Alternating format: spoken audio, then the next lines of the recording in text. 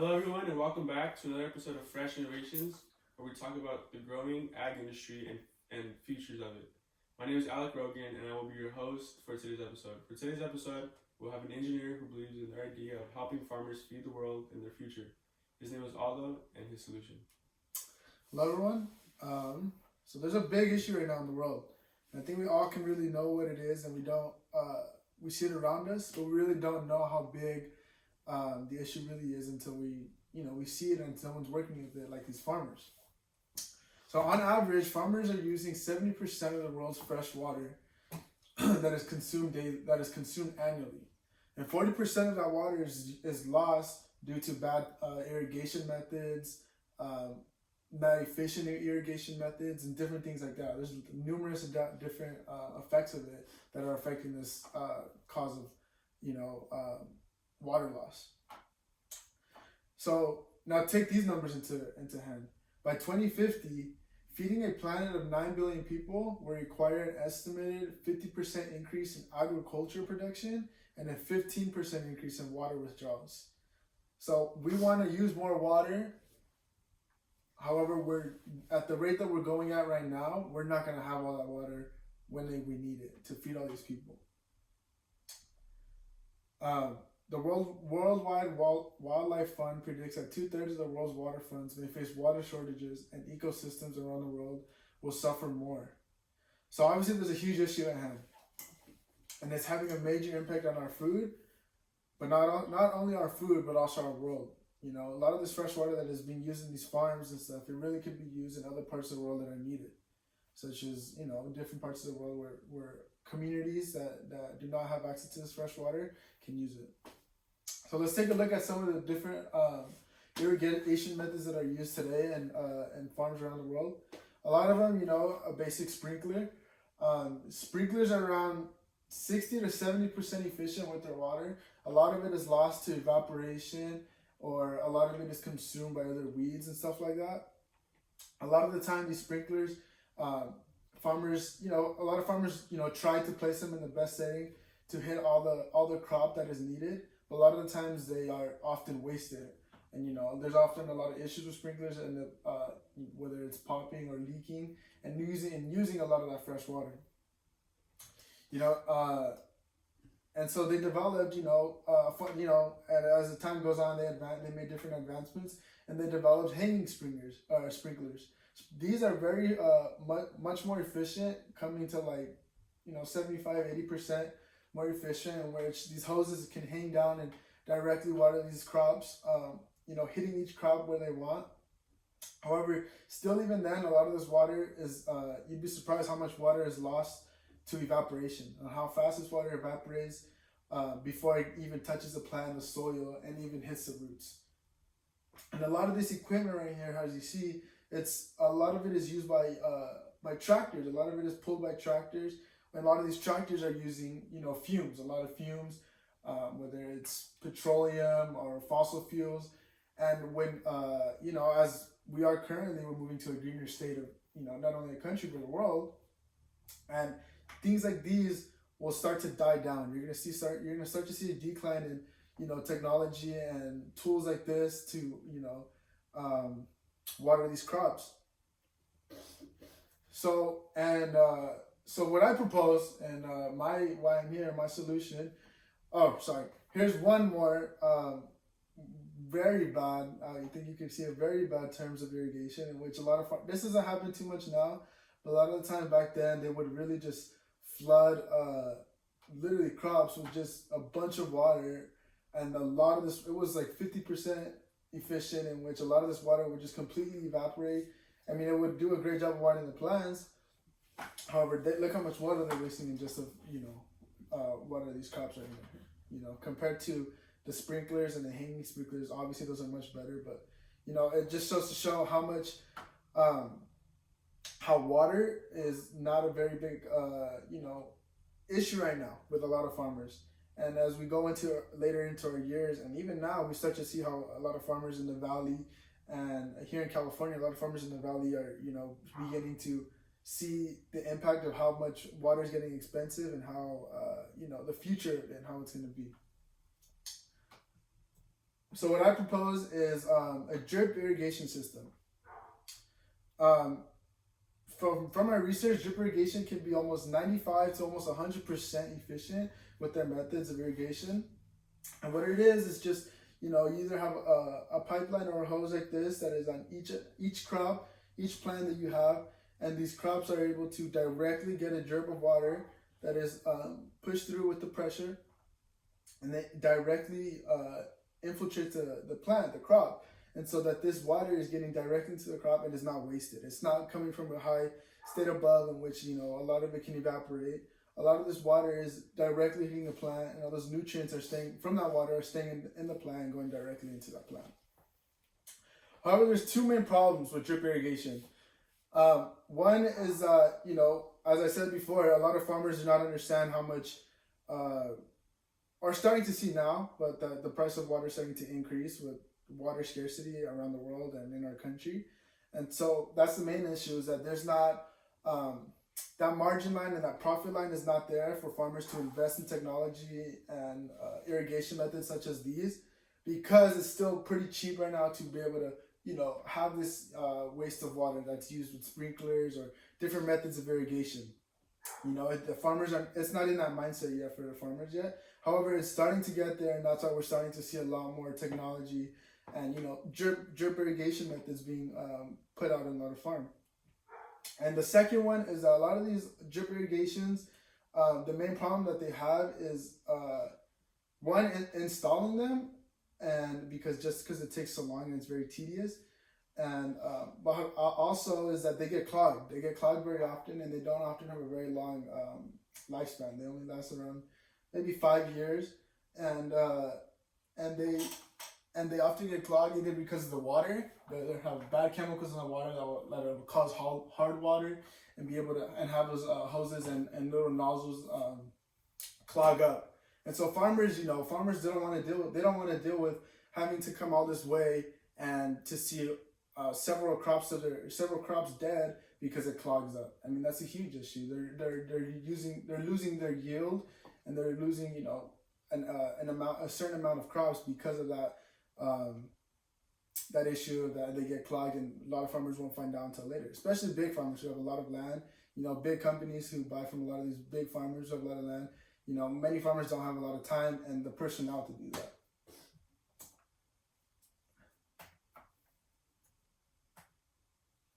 Yeah, so here's what I meant by some of the problems that can be caused. This is it gets clogged like this because of the hard water. So the hard water will crust up, and it'll prevent the water from dripping out in the drip system. And then here also shows the price of water, how much it is increasing besides and the rate that it's increasing over the past 8 years compared to other other items like food and other items just around the country. So drip systems were first developed in Israel.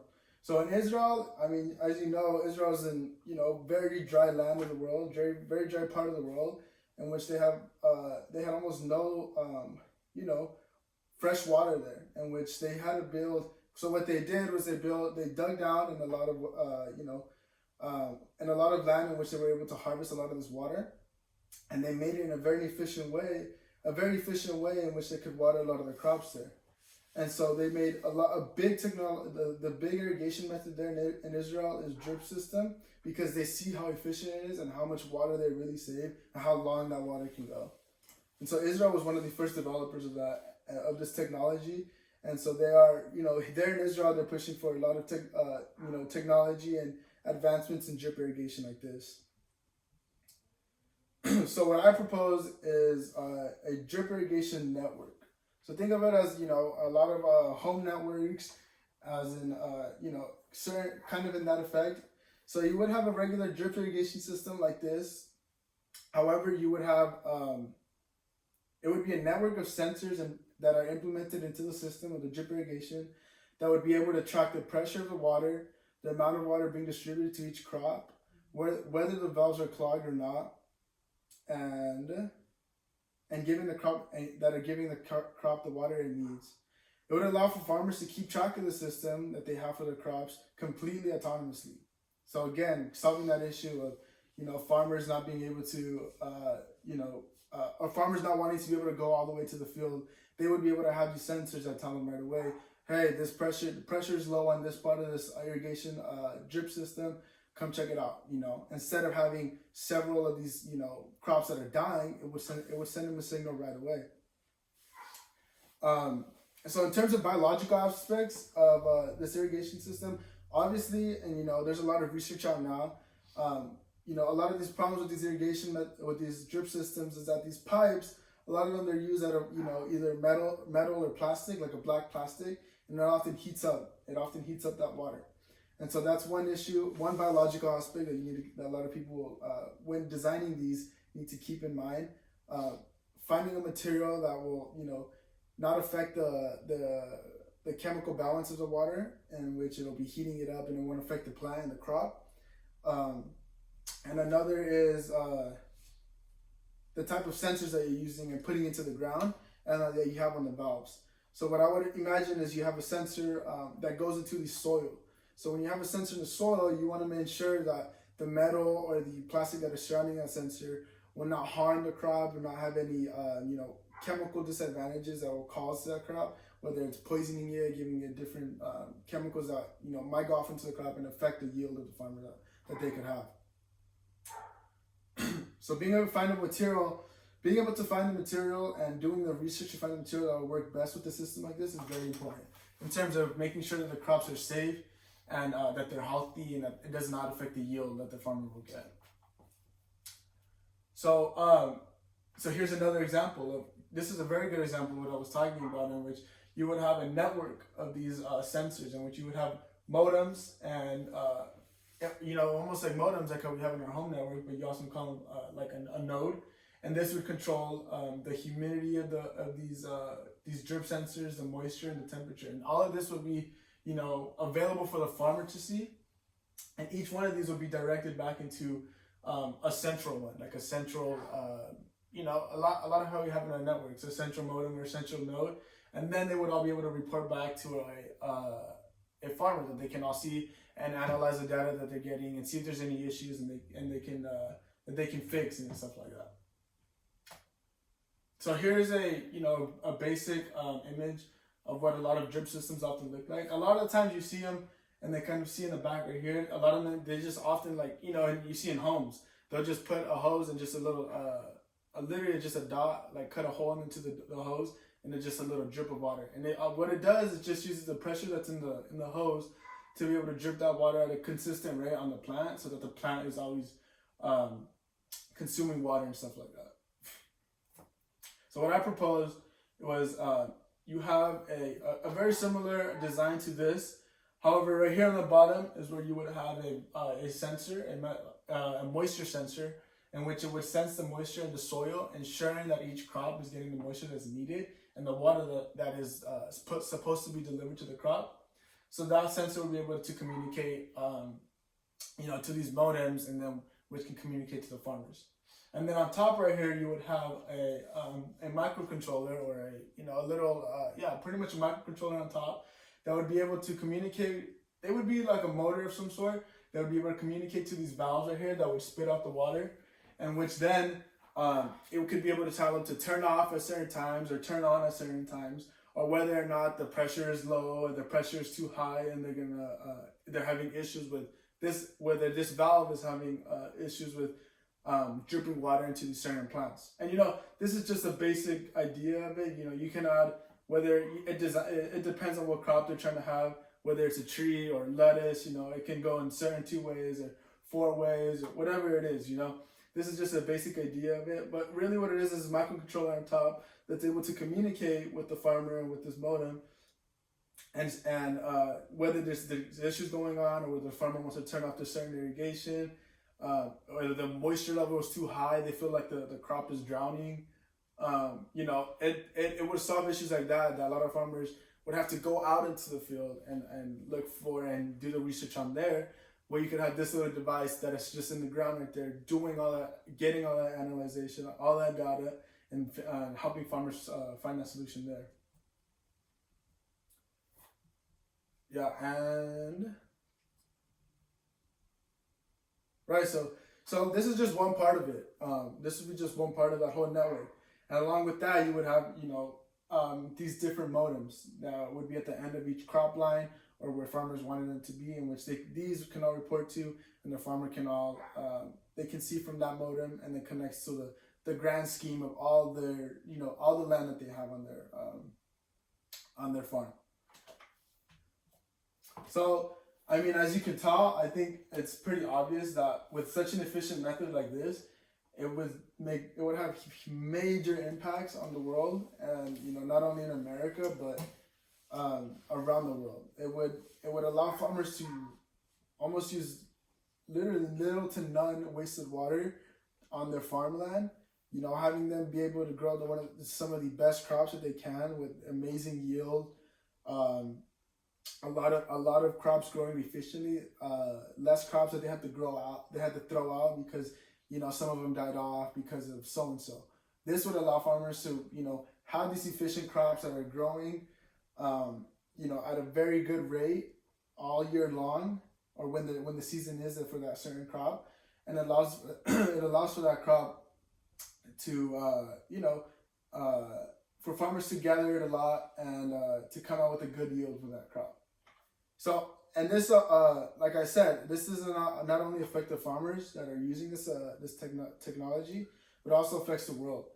By the farmers using less fresh water, it'll affect and it'll allow this fresh water to be displaced in other places around the world that are needed. Whether, like I said in the beginning, whether it's in communities, certain parts of the world where they need fresh water, there's a lot of places around the world that need this water, and a lot of it is being used, for this industry of agriculture, and the farmers are wasting it, and it's not until later years until we're really going to see the effects of it and we're going to look back on this time and be like, wow, this was, a very inefficient way and a very, displeasing way in which a lot of people irrigated land and stuff like that. We're going to look back at this at a time in which we saw, we grew from it, and we developed technology like this, and it'll end up helping the world in a big impact.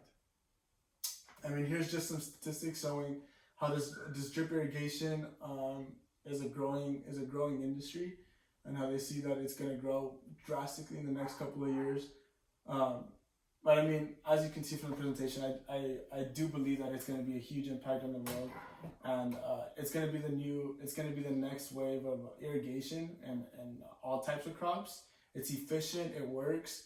The thing is the price of water is going to go up maybe I say 10 to 15 years from now, and it's going to be inevitable that farmers are going to have to adopt practices like these in terms of the irrigation of their crop. So I hope to be able to share this idea and the solution to many other engineers and farmers, and hope to be able to see a better and efficient way for this world to give us the food that we need around the world, and also the water that we need. So this will help us a lot in both of those cases. Yeah. That was awesome, and I hope one day we are able to see this system all over America and the rest of the world. Thank you for coming here today and sharing your solution. I'm sure it will get the brains of other engineers working as well. Thank you. That's it for today's episode. Folks, thanks for tuning in, and catch you next time on Fresh Innovations Podcast. Thanks.